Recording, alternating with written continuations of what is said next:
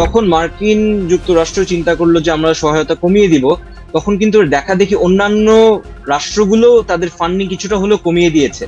কারণ এই কারণে এটা একটা রিপল এফেক্ট হয়েছে, যেটার কারণে পুরো ডেভেলপমেন্ট সেক্টর একটা বড় ধাক্কা খেয়েছে। শুধু আমি বলবো না যে ইউএসএইড রিলেটেড ফান্ড নিয়ে প্রবলেম হচ্ছে, আমার বলবো যে পুরো ডেভেলপমেন্ট সেক্টর এখন একটা ফ্রি ফল এর মধ্যে দিয়ে আছে। যে আমি যতটুকু জেনেছি জানুয়ারি মাসে ৩২৭টি এনজিওতে এভাবে কর্মী ছাঁটাইয়ের কারণে ১০,০০০ এনজিও কর্মী তাদের চাকরি হারিয়েছেন এবং মার্চ পর্যন্ত ডেইলি স্টারের প্রতিবেদন বলছে ৩০ থেকে ৪০,০০০ কর্মী ছাঁটাই হয়েছে এবং আজকে এপ্রিল পর্যন্ত ঠিক কতজন এনজিও কর্মী বা কর্মচারী কর্মকর্তা যারা এই প্রফেশনের সাথে যুক্ত ছিলেন এবং ৪৫০ মিলিয়ন পাউন্ডের সাথে জড়িত ছিলেন এবং ৯৬টি মোট প্রকল্পে যুক্ত ছিলেন, তাদের ঠিক কতজন আসলে চাকরি হারিয়েছেন এর কোনো ডেটা কি এনজিও ব্যুরো করেছে বা আপনাদের কাছে কোনো তথ্য আছে কিনা জিনা দ্বারা? শুধু নিউজ পেপার সোর্সের উপর যদি ভিত্তি করতে চাই,